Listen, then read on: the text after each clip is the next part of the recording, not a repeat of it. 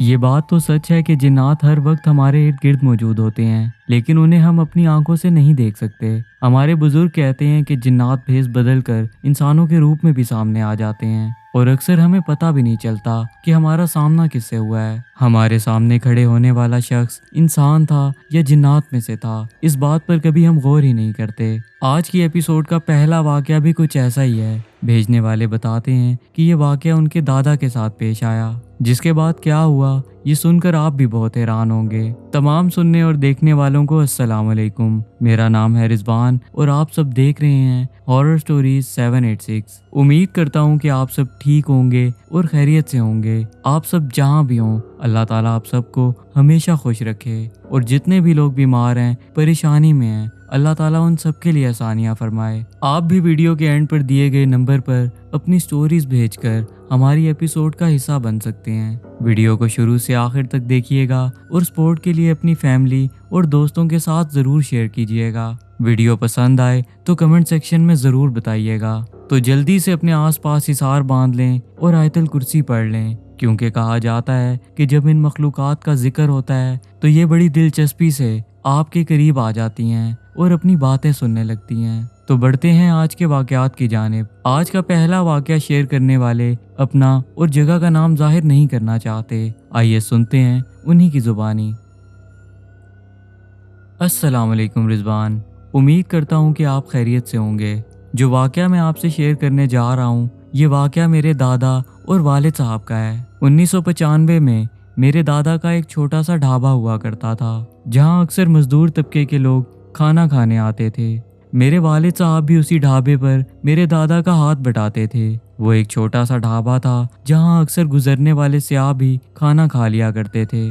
तब मेरे दादा और वालिद साहब जिस घर में रहते थे वो घर ज़्यादा बड़ा नहीं था और हमारा हाथ अक्सर तंग रहता था। उस वक्त घर के हालात ऐसे थे कि कुछ भी खरीदने से पहले 10 बार सोचना पड़ता था कि खरीदा जाए या थोड़ा और इंतज़ार कर लिया जाए। मेरे दादा अपना ये ढाबा सुबह सवेरे खोल लिया करते थे और इशा के बाद इसे बंद करके घर आ जाते थे। एक रोज़ जब मेरे दादा ढाबा बंद करने वाले थे कि अचानक उनके एक दोस्त वहाँ आ गए। मेरे दादा के ये दोस्त बहुत पुराने थे, जो काफ़ी अरसे बाद उन्हें मिल रहे थे। तब रात के 9 बजे के करीब का वक्त था। दादा ने उन्हें बहुत कहा कि घर चलते हैं, वहाँ जाकर तसल्ली से बातें करेंगे, लेकिन उनके दोस्त का कहना था कि वो कुछ देर बैठेंगे और फिर अपने घर की तरफ रवाना होंगे। अगर दादा के साथ चले गए तो उन्हें अपने घर पहुँचते पहुँचते काफ़ी देर हो जाएगी। तब मेरे वालिद साहब भी वहीं मौजूद थे, जिन्होंने उनके लिए चाय वगैरह बनाई और फिर दादा और उनके दोस्त काफ़ी देर तक गपशप करते रहे। तकरीबन 1 घंटा वहाँ बैठने के बाद मेरे दादा के दोस्त ने उनसे इजाज़त ली और अपने घर की जानिब बढ़ गए, जबकि मेरे वालिद साहब और दादा उस ढाबे को बंद कर रहे थे। इसी दौरान उन्हें एक शख्स दिखा जो ढाबे की तरफ बढ़ रहा था। वो एक बूढ़ा शख्स था जिसके हाथ में लकड़ी की छड़ी भी थी। वो आहिस्ता आहिस्ता अपने कदम बढ़ाता हुआ मेरे दादा के ढाबे के बाहर आ गया और आते ही कहने लगा कि मुझे बहुत भूख लगी है और इस वक्त हर जगह बंद हो चुकी है। आप लोग अगर मेरी खातिर कुछ देर और रुक जाओ तो मैं आपका कदरदान रहूँगा। वो शख्स बहुत ही ज़ईफ़ था, इतना ज़ईफ़ कि उसकी आंखें आधी बंद और आधी खुली थीं।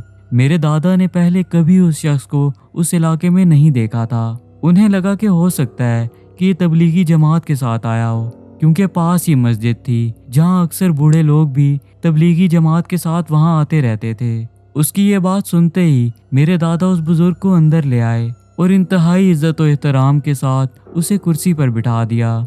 ये रात का एक ऐसा वक्त था जब उनके ढाबे पर खाने की हर चीज़ ख़त्म हो चुकी थी। मेरे दादा ने उसकी खातिर लकड़ियाँ जलाईं और मेरे वालिद साहब को कहा कि तुम आटा गूंदो, मैं इनके लिए कुछ बनाता हूँ। जब उन बुजुर्ग से पूछा गया कि आप खाने में क्या खाएंगे तो इस पर उन्होंने सादा सा जवाब दिया। उनका कहना था कि खाने में जो आप आसानी से खिला सकें वो मैं खा लूँगा, क्योंकि मैं इस वक्त काफ़ी भूखा हूँ। उस वक्त ढाबे पर कुछ भी ऐसा नहीं था, सब कुछ ख़त्म हो चुका था। फिर मेरे दादा को अचानक याद आया कि उनका एक दोस्त उस जगह से कुछ ही दूरी पर रहता है, जिसने काफ़ी मुर्गियाँ पाल रखी हैं। असल में उनका ये दोस्त अंडों का कारोबार करता था। फिर दादा फौरन उसके घर से एक मुर्गी उधार के तौर पर ले आए, जिसको ज़िबा करने के बाद पकाकर उन बुजुर्ग के सामने पेश कर दिया गया। वो बुजुर्ग खाना खा रहे थे और खाना खाते दौरान उन्होंने मेरे दादा से पूछा कि बेटा कितने पैसे हुए, जिस पर मेरे दादा ने उन्हें ये जवाब दिया कि आप मेरे वालिद साहब की तरह हैं, बस ये समझ लें कि आप अपने बेटे के ढाबे पर आए हैं। ये सुनने के बाद वो मेरे दादा को ढेरों दुआएं देने लगे। खाना खाने के बाद वो उठ खड़े हुए और मेरे दादा का शुक्रिया अदा किया कि आपने मेरी इतनी खिदमत की है, अल्लाह आपके रिस्क में बहुत बरकत डाले। मेरे दादा और वालिद साहब से मिलने के बाद वो ढाबे से निकले ही थे कि अचानक मेरे दादा की नज़र उस मेज़ पर पड़ी जहां वो बैठे थे। उन्होंने देखा कि वो बुजुर्ग अपना रुमाल भूल गए हैं। दादा ने फौरन उन्हें बताने के लिए जैसे ही बाहर कदम रखा तो ये देखकर हैरान हो गए कि बाहर कोई भी मौजूद नहीं है। वो ढाबा एक ऐसी जगह पर मौजूद था जहां आने और जाने वाला इंसान दूर तक देखा जा सकता था, लेकिन उस वक्त दूर दूर तक ना बंदा ना बंदे की जात थी। अब जो बुजुर्ग वहां आए थे वो बहुत ज़ईफ थे, जो लकड़ी की छड़ी के सहारे चल रहे थे। ये मंजर देखकर साफ अंदाजा लगाया जा सकता था जैसे वो बूढ़े शख्स इंसानों में से नहीं थे, क्योंकि वो एक पल में गायब हो चुके थे। इसके बाद मेरे वालिद साहब और दादा ढाबे को बंद करके घर आ गए, लेकिन दोनों के जहनों में बहुत से सवालात थे, क्योंकि उनके साथ पहले कभी ऐसा नहीं हुआ था। मेरे वालिद साहब की तब शादी भी नहीं हुई थी। जब ये बात मेरी दादी को बताई गई तो उन्होंने थोड़ा सा हंसकर बोल दिया कि तुमने आज इंसानों के साथ साथ अल्लाह की दूसरी मखलूक को भी खिलाया है। वो रुमाल मेरे दादा अपने साथ ले आए थे, जो सफ़ेद रंग का एक नरम सा कपड़ा था और उस कपड़े से इत्र की खुशबू आ रही थी। उन्होंने उस कपड़े को संभाल कर रख दिया और गहरी नींद सो गए। जब सोए तो ख्वाब देखते हैं कि वही बुजुर्ग उनके कमरे में आते हैं और बताते हैं कि मैं इंसानों में से नहीं था, मैं जिन्नात में से हूँ और मैं रहता भी इसी इलाके में हूँ। मुझे मालूम था कि तुम्हारे ढाबे पर इस वक्त कुछ भी खाने को नहीं है। हाँ, मुझे उस वक्त वाकई भूख लग रही थी। मेरा अचानक दिल चाहा और मैं तुम्हारी तरफ चला आया। जब मैं तुम्हारे पास आया तो तुम्हारे इखलाक ने मुझे बहुत मुतासिर किया और तुमने मुझे वो खिलाया जो उस वक्त खाने को मेरा दिल कर रहा था। तुम्हारी ये खिदमत मैं कभी भी नहीं भूलूंगा। और मेरा जो रुमाल तुम्हारे पास रह गया है वो मैं खुद छोड़ कर गया हूँ, उसे हमेशा संभाल कर रखना। ये सब कहने के बाद वो बुजुर्ग खिड़की से बाहर चले गए और इसके फौरन बाद मेरे दादा की आंख खुल गई।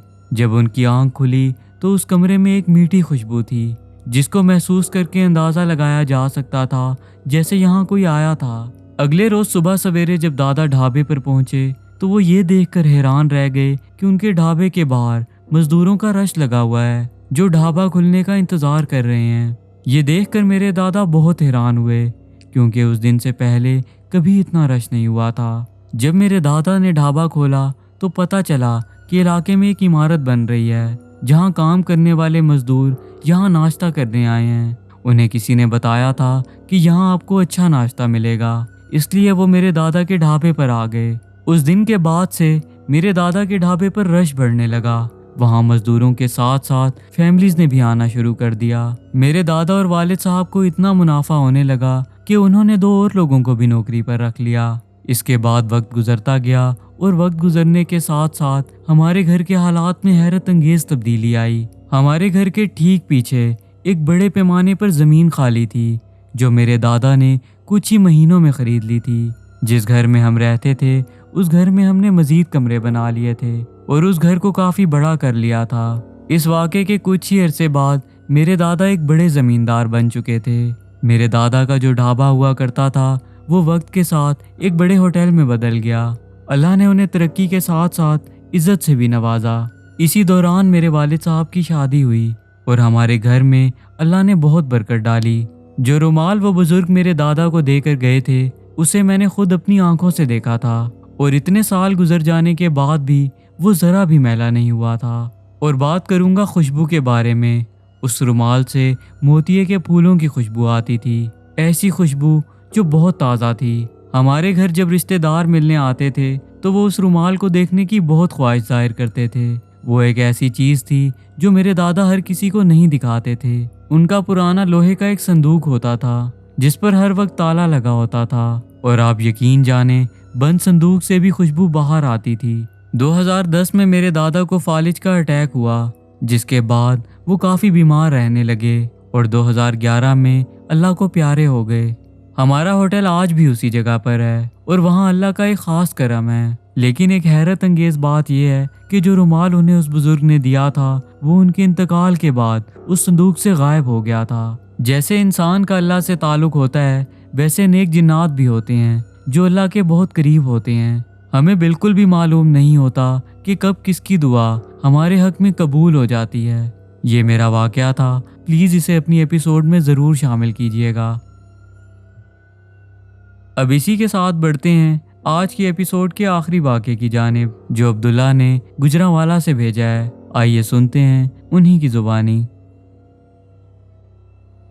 अस्सलाम वालेकुम रिजवान, मेरा नाम अब्दुल्ला है और मैं गुजरांवाला का रिहायशी हूँ। हम लोग गुजरांवाला मगनोलिया टाउन में 9 साल से रह रहे हैं। हुआ कुछ यूँ था कि जब हमने घर बनाना शुरू किया था तो हमारे घर के ठीक सामने एक और घर भी बन रहा था जिसका काम दरमियान में अचानक रुक गया। फिर पता चला कि उस घर का जो मालिक था वो इंतकाल कर गया है। वक्त गुजरता गया, हमारा घर मुकम्मल हो गया और हमने वहाँ रहना शुरू कर दिया। लेकिन जो हमारे सामने वाला घर था वो वैसा ही रहा, उसका काम दोबारा शुरू नहीं हो सका। हमें वहाँ रहते हुए काफ़ी अरसा गुजर चुका था। अब मेरे वहाँ दोस्त भी बन चुके थे। वो जब भी मेरी गली में आते या उनका गुजर होता तो वो एक बार रुक कर उस घर को ज़रूर देखते, क्योंकि वो घर काफ़ी अरसे से एक ही हालत में था जबकि आसपास के घर मुकम्मल होते जा रहे थे। सर्दियों के दिन थे, आप तो जानते ही होंगे कि सर्दियों में दिन छोटे और रातें लंबी होती हैं। एक बार रात के वक्त मैं अपने दोस्तों के साथ अपने घर के बाहर खड़ा था। तब रात के 7 बजे का वक्त हो रहा था। हम में से एक दोस्त बोला कि चलो आज सब मिलकर इस घर में छुपन छुपाई खेलते हैं। तब सब दोस्तों ने उस घर की तरफ देखने के बाद उस लड़के को बोला कि यार तुम पागल हो, इस वीरान घर में भला कौन छुपन छुपाई खेले, ये इतने अरसे से वीरान है और इस वक्त तो यहाँ अंधेरे के अलावा कुछ भी नहीं है। उस वक्त हमारा वो दोस्त काफी जिद करने लगा और आखिर में ये बोला कि जो आज नहीं खेलेगा वो कल सब दोस्तों को पार्टी देगा। हम सब कम उम्र के लड़के ऐसी बातों को बहुत सीरियस ले जाते हैं, इसलिए सब वहाँ छुपन छुपाई खेलने पर राजी हो गए। जब हम उस घर के अंदर गए तो वहाँ का अंधेरा एक खौफ का मंजर पेश कर रहा था। उस घर को देखकर एक अजीब सा खौफ आ रहा था। तब मैंने अपने तमाम दोस्तों को बोला कि यहाँ खेलने की कोई ज़रूरत नहीं है, खामखा कोई मसला ना बन जाए। फिर सब लड़कों ने कहा कि अब अंदर तक आ ही गए हैं तो आज थोड़ा सा खेल ही लेते हैं। खैर हम सब छुप गए और एक लड़का बारी देने लगा। हम छुपे हुए थे कि हम में से अचानक एक लड़के ने शोर डाल दिया और चीखने लगा। उस वक्त जो छुपा हुआ था उसका शोर सुनकर बाहर निकल आया। जब हम बाहर निकले तो वो लड़का बहुत घबराया हुआ था, जिसका कहना था कि गेम बंद करो और इस जगह से फौरन बाहर निकलो। जब उसे वजह मालूम की गई तो उसने बताया कि अभी उसने एक अजीब और पुरस्कार साया देखा है जो एक कोने से दूसरे कोने पर बहुत तेज रफ्तार में भागा है। उसका ये भी कहना था कि वो एक ऐसा साया था जो गैर इंसानी था। पहले तो हमें लगा कि इसका वहम है, लेकिन इसके फौरन बाद उसकी हालत खराब होना शुरू हो गई, जिस पर हम सब दोस्त उसे लेकर वहां से बाहर निकले और कुछ देर बाद अपने अपने घरों को चले गए। उस रात जब मैं अपने घर पर सो रहा था मैंने एक बहुत खौफनाक ख्वाब देखा। मैं देखता हूँ कि हम सब दोस्त मेरे घर के बाहर मेरे गिराज के सामने खड़े हैं और उस वीरान घर के टेरेस पर एक औरत खड़ी है जिसने सफेद रंग के कपड़े पहन रखे हैं।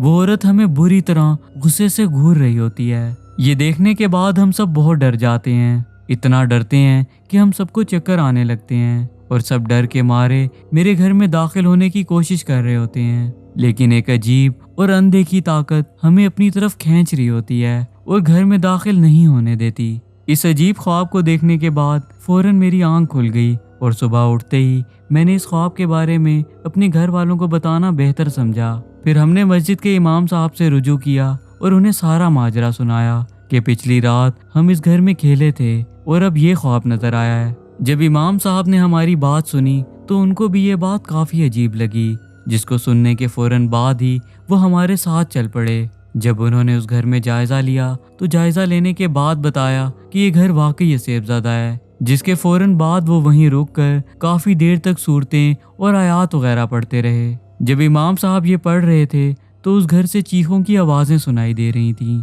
फिर उन्होंने अपना अमल पूरा करने के बाद हमें कुछ दिन उस घर से दूर रहने की तलकीन की और ये भी कहा कि इस घर में रहने वाली चीज़ें आहिस्ता आहिस्ता यहाँ से चली जाएंगी। इस वाक़े को गुजरे काफ़ी वक्त हो चुका है अल्लाह के करम से दोबारा ऐसा कोई वाकया पेश नहीं आया। और आखिर में ये बताना चाहूँगा कि वो घर अब भी उसी हालत में है। उस घर का काम अब तक शुरू नहीं हो सका। ये मेरी ज़िंदगी का एक मुख्तसर सा वाकया था। उम्मीद करता हूँ कि सुनने वालों को मेरा ये वाकया ज़रूर पसंद आएगा। मैं आज का पहला वाकया भेजने वाले और अब्दुल्ला दोनों का दिल से शुक्रिया अदा करूंगा कि उन्होंने अपना कीमती वक्त निकाला और हमारी एपिसोड का हिस्सा बने।